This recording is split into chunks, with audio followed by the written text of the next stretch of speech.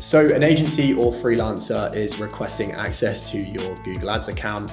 They're asking for this magical 10-digit Google ID that you can't seem to find anywhere.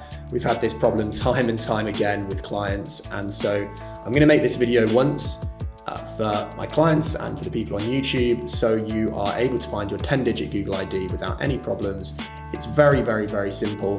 The easiest way to find it is if you go to sort of your Google Ads platform, the Google Ads dashboard here, and then once you're in the Google Ads dashboard, the easiest way to find it is just in the top right hand corner here. So you can see it's 3 digits, a dash, another 3 digits, a dash, followed by a final 4 digits. If you can't find it there for whatever reason, you can come over to admin and then preferences, and you can see this numbers here again.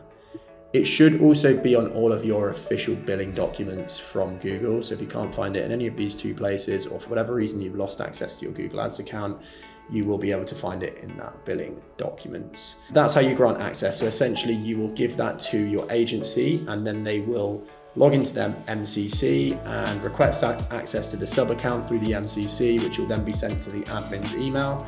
The admin, being you, will need to go ahead and accept that. And then once accepted, they will be inside your Google Ads account, and they'll be able to see all of the campaigns that you've got running, all of the conversion goals that you've set up. They'll be able to see your entire setup. And so if they need to take over management, they'll be able to. If they're auditing the account, they'll be able to.